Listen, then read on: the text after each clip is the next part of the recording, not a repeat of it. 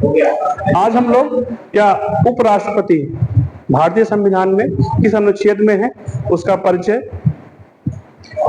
और उसके क्या उत्तरदायित्व हैं, उनका कितना वेतन मिलता है, कौन कौन इनको इनके निर्वाचन में भाग लेता है, इनके विषय में या इससे संबंधित कोई विवाद होता है उपराष्ट्रपति राष्ट्रपति के विषय में, तो उसका विवाद का निराकरण कौन करता है, कैसे इनको पद से हटाया जाता है या पद से कैसे हटते हैं, इनके विषय में पढ़ेंगे क्या करके।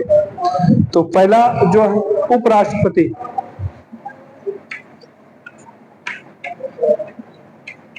उपराष्ट्रपति, ठीक है, इसको वाइस प्रेसिडेंट, ठीक है, ऑफ इंडिया, इनके विषय में हम लोग पढ़ेंगे। उपराष्ट्रपति कौन है?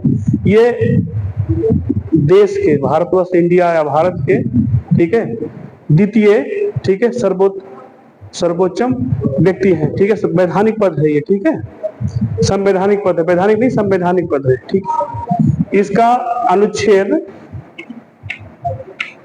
63 से लेकर के 69 में वर्णन है, ठीक है, क्लियर। अच्छा, उपराष्ट्रपति कौन बन सकता है, ठीक है, ये उसकी कितनी उम्र होनी चाहिए, तो बन कौन सकता है, ये क्या है 35 वर्ष की उम्र होनी चाहिए, वो भारत का नागरिक होना चाहिए, ठीक है, ठीक, और वो राज्य सभा का सदस्य बनने के योग्य, सदस्य की समकक्ष योग्यता रखता हो, ठीक है। राज्यसभा, लोकसभा और राज्यसभा है ना, लेकिन ये राज्यसभा का, कम से कम इसको राज्यसभा का सदस्य होना अनिवार्य है, ठीक है। ये हो गया 35, हाँ, और उसके अच्छा ये निर्वाचन, ये इसका जो वर्णन है अनुच्छेद 66 में, किसमें है, हाँ 66 में, ठीक है, 66 में। अब ये क्लियर हो गया, 35 वर्ष का होना चाहिए, भारत के नागरिक होना चाहिए और राज्यसभा का सदस्य होना चाहिए। अब इनका निर्वाचन कैसे होता है, ठीक है, निर्वाचन के लिए जो 66 है ना, इसी में उपबंध है, अनुच्छेद 66 में ही ये कहा जाता है कि इसमें वही जिससे राष्ट्रपति का होता है, राष्ट्रपति में चुनाव में कौन भाग लेता है, राज्यसभा, लोकसभा और राज्य विधानसभाएं इसके निर्वाचित सदस्य लेते हैं। लेकिन इसमें क्या है, केवल जो लोकसभा और राज्यसभा है, ठीक है, लोकसभा प्लस राज्यसभा, ठीक है, के ही जो सदस्य हैं, ठीक है, वो चाहे मनोनीत हो चाहे जैसे हो, उनको क्या है वो भाग लेते हैं, ठीक है। राज्य विधानसभाएं इनके निर्वाचन में भाग नहीं लेती, ठीक है। अच्छा, ये जो निर्वाचन होता है इसके लिए जमानत राशि कितनी है, वही 15,000 रुपए, ठीक, कितने हैं 15,000 रुपए, ठीक, शायद घट बढ़ सकती है, ठीक है, लेकिन 15,000 रुपए है, ठीक है। इसमें क्या है, राज्यसभा से कम 20 सदस्य, उसमें 50 सदस्य, इसमें 20 सदस्य, 20 सदस्य कम से कम, ठीक है, अनुमोदन की अपेक्षा होती है, ठीक है, 20 सदस्य कम से कम अनुमोदित करें इनके नाम को, ये होते हैं, ठीक है, क्लियर हो गया। अच्छा, अब इनके उत्तरदायित्व कौन कौन से, पहले वेतन भत्ते बता देते हैं कितना मिलता है इनको, ठीक है, हाँ? इनको 4 लाख रुपए, पहले 2 लाख था, बढ़ा करके 4 लाख कर दिया गया है, ठीक है, 4 लाख हो गया है, ठीक है, 2.5 सैकड़ा हजार 10,000 लाख, ठीक, हाँ हाँ, ठीक है, तो ये 4 लाख है।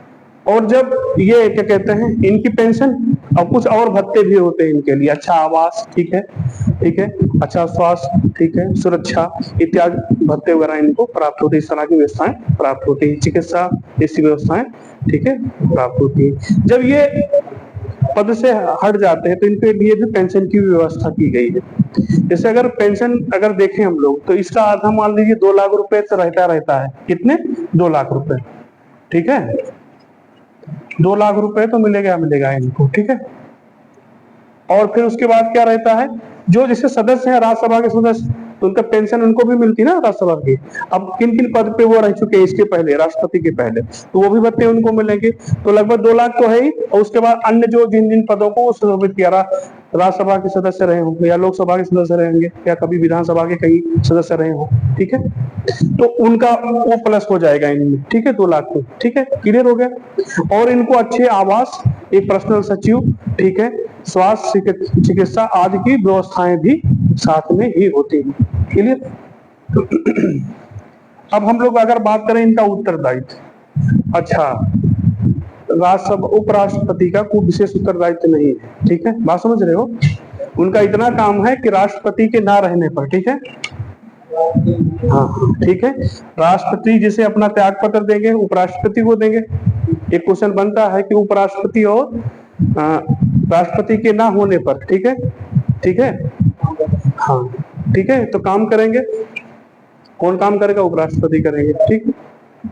और ये राज्यसभा के पदेन अध्यक्ष होते हैं, कौन होता है, पदेन अध्यक्ष होते हैं, उन्हीं के एवज में इनको क्या है, भत्ते इत्यादि प्राप्त होते हैं, ठीक है, क्लियर हो गया।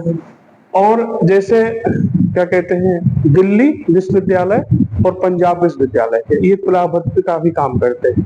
जैसे सेंट्रल सिटी होती है, स्टेट गवर्नमेंट की होती है, जैसे अपना जीवाजी विश्वविद्यालय है ग्वालियर में, या जो ये राज्य सरकार की, राज्य सरकार है, तो इसके कुलाधिपति कौन है, कुल सचिव और कुलाधिपति नाम सुना होगा, चांसलर और वाइस चांसलर का नाम सुना होगा। तो वाइस चांसलर कौन होता है, कुल सचिव होता है, ठीक है, और कुलाधिपति कौन होता है, राज्यपाल होगा अपना राज्य संबंधित राज्य का। लेकिन जो सेंट्रल सिटी है उसका जो होगा राष्ट्रपति होता है, ठीक है, सेंट्रल सिटी का। लेकिन इसमें अपवाद में दिल्ली और पंजाब विश्वविद्यालय के कुलाधिपति कौन, एक उपराष्ट्रपति रहते हैं, ठीक है, ये क्वेश्चन आया नहीं, फिर भी ये इंपॉर्टेंट है, ठीक है, ये कुलाधिपति होंगे, ठीक है, 2 यूनिवर्सिटी के, डीयू के, और ठीक है, क्लियर हो गया। पंजाब में क्यों, क्योंकि भाई, तो अच्छा, इसके बाद क्या है, इनका उत्तरदायित्व हो गया, राज्यसभा की जब बैठक होती तो उस पर वो करेंगे, ठीक है। अब क्वेश्चन बनता है कि अपने पहले कौन से थे, पहला उपराष्ट्रपति कौन थे, कब बने, 1952 में, ठीक है, कब, 1952 में, ठीक है, पहला चुनाव हुआ, ठीक है। सर्वपल्ली राधाकृष्णन थे, कौन थे, सर्वपल्ली राधाकृष्णन, ठीक है,